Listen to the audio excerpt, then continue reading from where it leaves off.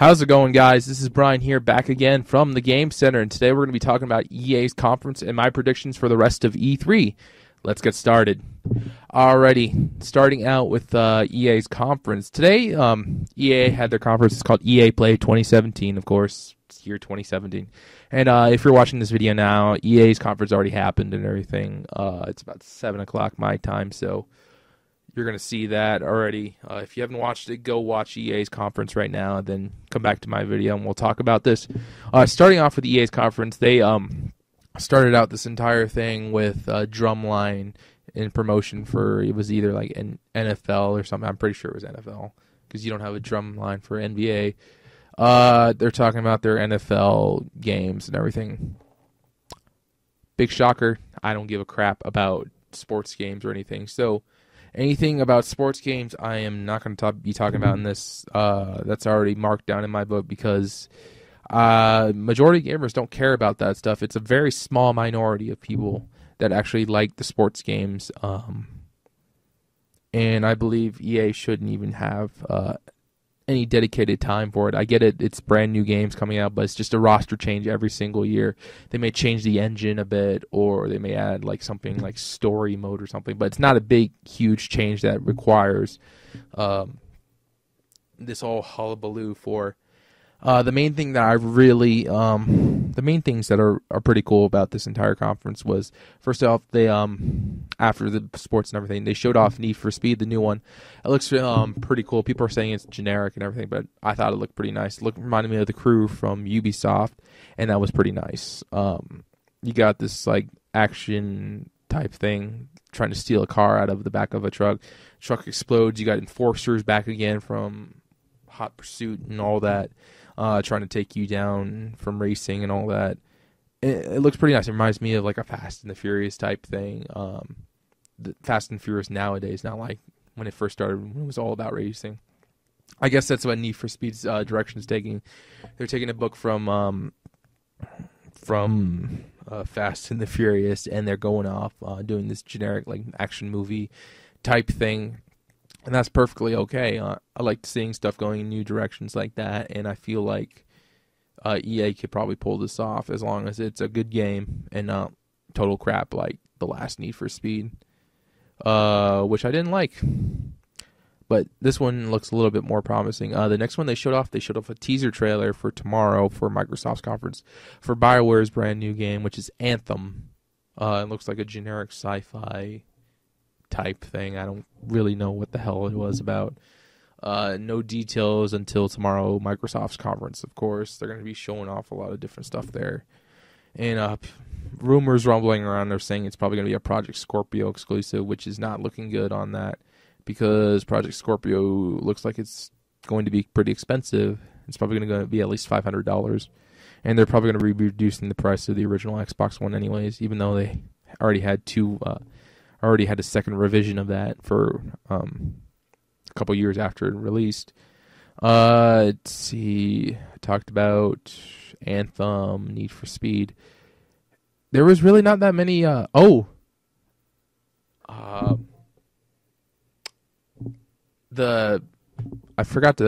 recorded this video like so many times, and I just now remembered The Way Out, or I think that's what it was called. A Way Out, or The Way Out.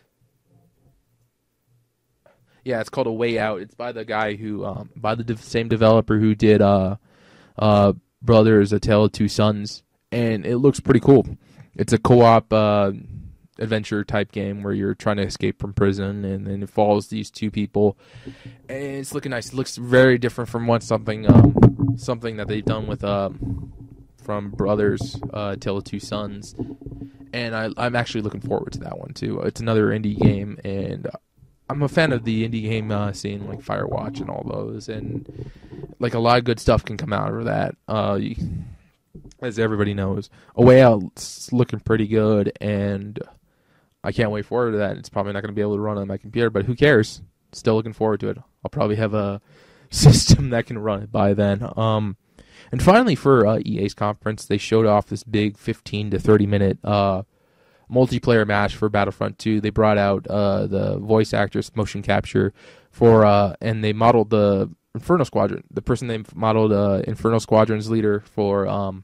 They brought her out. Her name escapes me.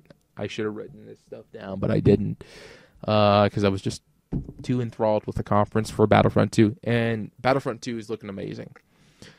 EA has truly listened to what the fans want with Battlefront 2, and they're doing away with the season pass thing. They're doing away with they're not doing away with star cards. Star cards are going to be for upgrading your classes.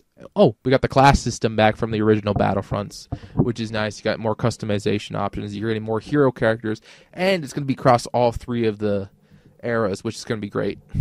And I can't wait for that. That's going to be fantastic. We're going to have the original trilogy, prequel trilogy, and the sequel trilogy, with the first DLC being based around The Last Jedi, which is going to be freaking sweet. Because I cannot wait for that movie. It's my most hyped movie of the year, and it comes out in December. And hopefully, maybe the DLC will be out before that, and we'll know more details. We're probably going to get another trailer for Last Jedi at D23. But that's going off the subject of video games. They showed off this massive skirmish between a bunch of YouTubers and a bunch of other people. And it was for the Battle of Theed on Naboo. And it was fantastic. We had a bunch of not stormtroopers, they're clone troopers. This is the prequel trilogy. We had clone troopers at the time. A bunch of clone troopers, which is fantastic. All the droid armies and everything. Super battle droids, droidkas, the normal generic battle droids. And we had the tanks and everything from the droid army. Separatists versus the Republic. And it's so fantastic. The Republic. It was the Republic. God. I'm like doing this off the top of my head, so forgive me if I mess up with some things, but I don't really care. I'm going off this memory. And it's fantastic. It looks perfect. It looks exactly like the Star Wars movies, like how they did in Battlefront 1. But Naboo has never looked better. It even looks better than the prequel trilogy. And that's saying a lot because the prequel trilogy was crap most of the time. There's some good set pieces in there, but a lot of the times, even Naboo starfighters looked pretty good. Those were cool. They also showed off some of the hero characters that were on there. For some reason, they had Rey and Han Solo on Naboo, along with Boba Fett, which made no sense to me. I figured those heroes would be era locked to when they were around. Like Rey would be in her sequel trilogy era, along with. Of course, it made sense to have Darth Maul there because Darth Maul was in the prequel trilogy era. But they also had Boba Fett and Han Solo, which made no sense to be on Naboo because they wouldn't even been born yet. Or Boba was just a little kid back then, which made no sense. But overall, maybe it was just for the multiplayer match they had for this, and it was pretty cool looking. Overall, EA's conference really didn't disappoint. It did disappoint with all the sports games. It took up most of the time, but with Battlefront 2 and A Way Out, this conference really sold me on some games, especially some like an indie game as well. I don't usually take too kindly to, or not take too kindly. I don't usually take to an indie game that quickly. I usually have to try it out or find somebody who's played it and ask them their opinion. But the way the Way Out looks is fantastic, and I think I'm going to be picking up that if it comes to the Switch, which it might. You never know. A lot of these games are coming to the Switch, but I cannot wait. That's going to be fantastic. Overall, I give EA's conference B- because if it didn't have the sports, it might have bumped it up a little bit. BioWare's thing kind of put me off a little bit because it looked entirely generic. It's just mechs and Destiny-looking type thing. And overall, I didn't think it was that good. Alrighty, that's EA's conference, and now I'm going to go into some predictions for hopefully the next few days. Starting off with, I'm going to start off with Nintendo. I'm really excited for Nintendo. Even though it's going to be a 25-minute conference, you can fit a lot in 25 minutes. Some hype I'm having, not really hyped. Something I'm not really hyped for is the Mario Cross Rabbids Kingdom Battle. That is the most unusual crossover I have ever seen for a video game, and I'm surprised Nintendo let Ubisoft use Mario characters with Rabbids, because Rabbids are just as bad as the minions from Despicable Me. I don't see how people could like them. I mean, the first Rabbids game was pretty good. They probably should have just stopped with the first Rabbids game because that was fine, and gone back to regular. One thing I don't understand is why couldn't they just use regular Rayman? Why couldn't they have like a Mario Rayman crossover instead of having Rabbids? I mean, the Rayman universe has way more better characters than Rabbids universe. With the Rabbids, they're just generic looking things, and with Rayman, you had better characters. You had that's my ranting. But some things I'm looking forward to, and some things I predict will probably be there. First one is Smash Brothers on Switch, which would be just a really, which would be an enhanced port of Super Smash Brothers from Wii U and 3DS, like they did with Mario Kart 8. I got the cartridge right there. I don't even think you can see that, but I feel like Mario Smash Bros on the Switch is inevitable because not a lot of people had the Wii U. Of course, a lot of people did play Smash Bros on the Switch, and that brought a lot of sales. But I feel like not a lot of people played the Wii U, so that's why they're bringing a lot of these ports over, like they just did for Mario Kart, and how we're getting what was the most recent one? Pokemon Tournament Deluxe, Pokemon DX, whatever. Pokemon Tournament Deluxe.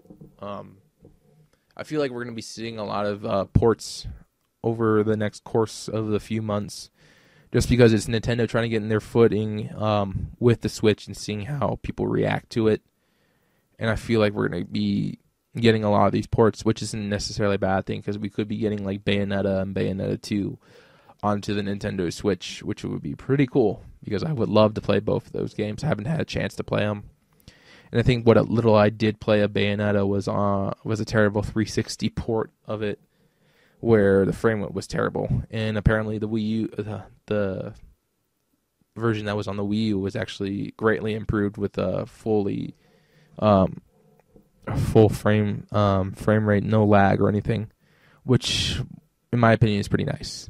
Next game I'm predicting that will probably be at E3 during the presentation is the inevitable Animal Crossing game.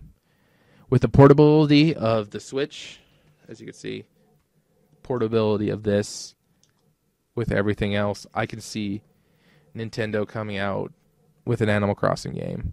I mean, I've playing Zelda Breath of the Wild on this, and then you're playing it on the go, out and about, and then you come home and put it into your TV. It just, many people are going to have, many people's lives are going to be ruined because of Animal Crossing, because they keep playing it wherever they go. And I think it's going to be fantastic. Animal Crossing is always a game I've been looking forward to. The last Animal Crossing we got was Amiibo Festival, and that wasn't really a true Animal Crossing game. I mean, I bought it. I don't have a Switch or a Wii U, but I bought it just for the Amiibo and the Amiibo cards. It's still in its packaging. Actually, I didn't buy that. I won that in a giveaway. Never mind. Didn't buy that. Won it. Was free. I guess that's why I have it. Times I keep forgetting. Whatever. But I say Animal Crossing is inevitable. Of course, what else could you fit? I don't think Pokemon's going to be there. Pokemon, they've already dubbed their Pokemon Direct, so they're not going to do anything Pokemon. They might show stuff out during the Treehouse broadcast or whatever. They're going to show some more minor stuff. I'm going to assume 99 to 100%. 95 to 100% of this Direct is going to be all about the Nintendo Switch. They're not going to show anything with the 3DS at all, I'm pretty sure. Which, I guess it makes sense. Nintendo's pushing their new console, and they want people to buy it and get excited for games and whatever. And hopefully that happens, because people need to get excited for games and everything. And that's going to be good. I think that's really all I have for Nintendo. Gonna get some enhanced ports and some brand new games, but I'm hoping Animal Crossing is the big one that's gonna be there. Moving on, I'm gonna talk about Bethesda's conference. I'm hoping, going back onto Nintendo, this topic of Nintendo, I'm hoping they show off more of Skyrim on the Switch, and show us if it's actually going to be the special edition or if it's going to be just a made for Nintendo Switch version of Skyrim, because I want to know if we're going to be able to have mods and everything like the PS4 and the Xbox One versions of Skyrim have. Because if we have mods, that may give us a chance to have a port of Fallout 4 or a port of a Fallout collection or something that Bethesda could come up with. Because having the Fallout games on the go would be fantastic. I mean, playing on the go with like Fallout New Vegas or whatever, or Fallout 4 with mods and everything that people have created would be pretty great. I mean, if they can get their engine ported over, I'm going to assume it's going to be the same engine that they're using for Skyrim, so they would probably be able to port over Fallout New Vegas or Fallout 4 or Fallout 3 if they wanted to. I could see that happening. Bethesda, there's also rumors circulating around. There supposedly have been an Amazon leak for Wolfenstein: The New Colossus, which is big because we haven't had a Wolfenstein game since I think it's the new old blood Wolfenstein or something. The last Wolfenstein we had was like a standalone campaign. Wolfenstein: The Old Blood. All right, that's what it's. I mean, New Colossus was teased either it was 2 years ago or last year. I believe it's last year because we had Doom last year, and that was the big thing. No, we had Quake Champions, Prey, Dishonored, other stuff. But New Colossus was teased last year with their terminal that showed off different games that they haven't announced, and there was like this whole. And as I said, there was an Amazon leak that showed off the New Colossus with an October release date. Yep, people are saying it's Wolfenstein 2, The New Colossus, which of course is going to be a sequel to the first Wolfenstein: The New Order, and that's exciting. A new Wolfenstein game already after a few years, and that's fantastic. GameSpot's got an article on that, and I'm surprised there wasn't a mock command executable flashed on screen during it was last year. I knew it, and it showed off the New Colossus on there. Yeah, there was Commander Keen, Wolf 3D, New Colossus, and it didn't have like a date on there. But it showed off Doom 4 and everything, and that was cool. And that's it for Bethesda. There's also this rumor, something called Starfield, which was people are saying it was a leak on 4chan, so I'm not really trusting it. It was like they're supposed to be connecting the universes of Fallout and the Elder Scrolls, which I don't even see how it's going to be possible. Those are two separate universes, and I don't think that's really how it's going to work out. Next thing that's coming out, we got Sony's conference. Of course, I'm going to talk about Microsoft last because I can't really think of anything. Sony's conference. There's a lot of things that we could possibly talk about. There's supposed to be some kind of Crash announcement at Sony's conference, so hopefully that's something like Crash Team Racing. They're going to remaster that before we even have the Insane trilogy, which is the remastered Crash trilogy, Crash 1, Crash 2, and Crash 3. It's supposed to be something. Hopefully it's Crash Team Racing. That'd be fantastic. I don't think it's going to be Crash Bash. Nobody wants to play Crash Bash unless you like that. There's nothing wrong with Crash Bash if you like that game. I hope Square shows up with more about Kingdom Hearts 3 and the Final Fantasy VII remake. I know they said it's probably not going to be out until like 3 years from now, which is ridiculous. I can't believe they're 2020. Really? We waited how long for Kingdom Hearts 3 and you're going to release it 3 years down? Why would you even reveal it? Why would you even reveal Kingdom Hearts 3 if we're not going to get it until like 3 years down the line? I get it that Kojima teased the same thing with Metal Gear Solid 5, and he's currently doing that with Death Stranding. Also, Kojima's not coming to E3 with Death Stranding, which is surprising. I thought he would. Though he is going to be sitting down with Metal Gear Solid movie director, whose name eludes me. Metal Gear movie director. Jordan Vogt Roberts. That's it. He did King Kong. He did Kong Skull Island, and he's a very, very big gamer apparently. And I trust his judgment because apparently he's going to be bringing Kojima on board to consult with the movie and hopefully work with him to make it as perfect as possible. Because if they bring Kojima on board, that means that Konami has no control over who the movie studio brings in, which is fantastic. Because if they bring Kojima, movie's going to be perfect because it has his approval, and since he's the creator of the series, that's a big honor. I'm getting way off topic here, but Kojima is supposed to be on the E3 show with Jeff Keighley, so I can't wait for that. Hopefully he's going to be bringing... Maybe he'll surprise us with Death Stranding. Who knows? Maybe he's working on another game, too, as well. Hopefully. As I said, Sony's conference, we're probably going to be seeing more of Uncharted Lost Legacy. Hopefully the DLC campaign with Chloe and the other chick from Uncharted 4. Probably going to see more of Last of Us Part 2 or Last of Us 2, whatever. Because the last thing we saw was the trailer at the PlayStation Experience last year, and that was phenomenal. It was early. It was in very, very early development, so they only had that cinematic. But I'm hoping we see more that Naughty Dog has put more time into it, and hopefully a gameplay trailer. I'm also hoping to see more about Days Gone. Last time we saw that was at last year's E3, and they showed off a gameplay trailer, which looked fantastic. The amount of zombies, and apparently it's an open world, which makes it even a little bit better because you can choose your story and how you go through that. I don't know what else to expect. I guess moving on to the PC show. Who knows what we're going to see there? It's more of a mixed bag, I guess. Up in the air.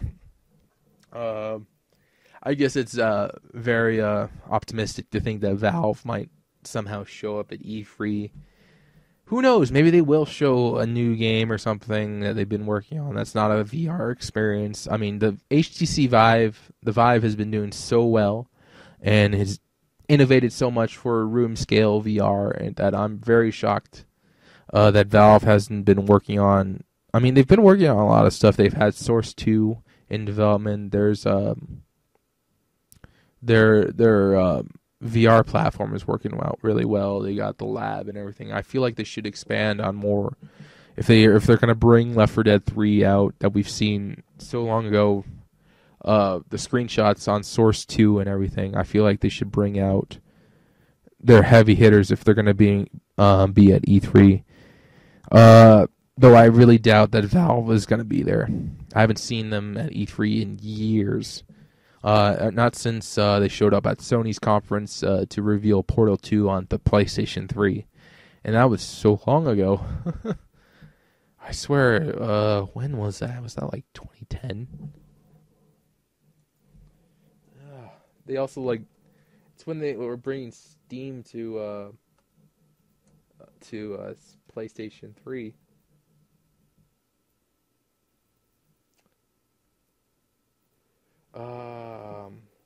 Dang, that was long ago.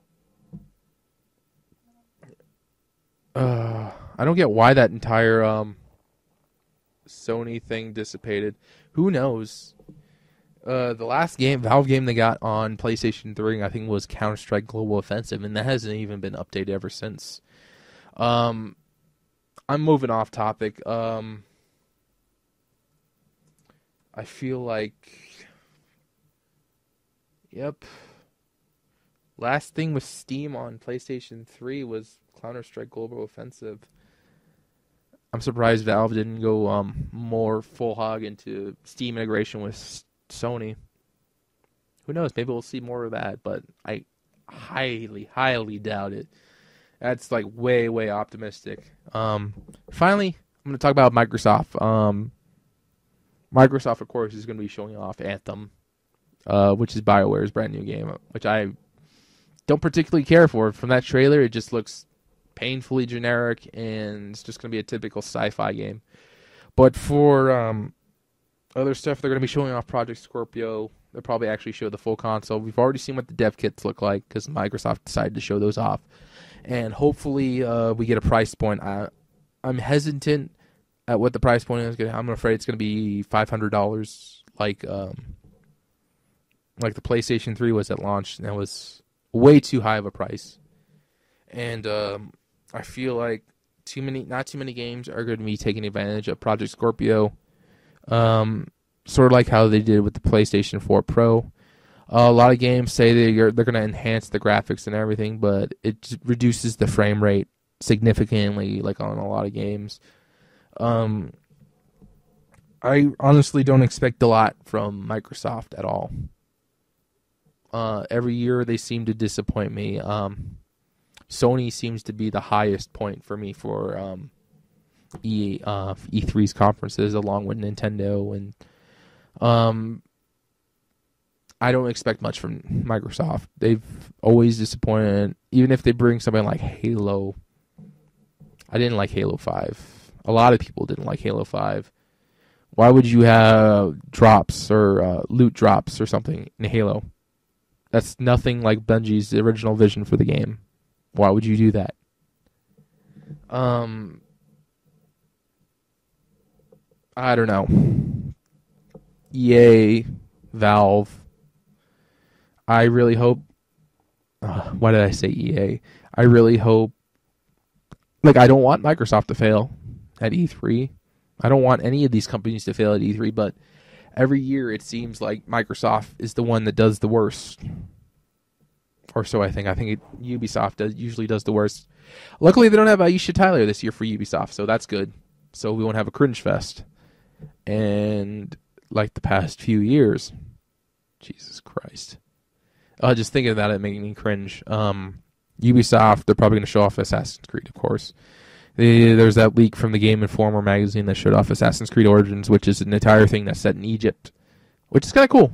Egyptian assassins, that's going to be nice. But as I said, I'm not expecting much from a lot of these companies. The only company I could probably expect a lot from is CD Projekt Red with Cyberpunk 2020 or Cyberpunk 2077, which could be good. If The Witcher's taught me anything, is that CD Projekt Red makes some damn good games, and the hype lives up to it. And yeah, it's gonna be good. That's it, I guess. That's all I have to say about all this stuff. EA's was fine. It was a B minus for their conference. Nintendo, I'm expecting some good things, like Animal Crossing and hopefully the Smash Bros. Port. Not expecting anything good from Mario Cross Rabbids Kingdom Battle, and definitely not expecting anything good from Microsoft. Hopefully some good stuff from Sony. Ubisoft, not expecting anything good. Maybe another generic Assassin's Creed game, but that's it. Alrighty, guys. Thanks for tuning in. I'm probably going to be doing some videos on a lot of these E3 conferences. Tomorrow there will be Microsoft, and tomorrow is going to be Bethesda's, which is going to be late at night. So I can't wait forward to those. Thanks for watching, and look forward to more E3 throughout the week. See you later.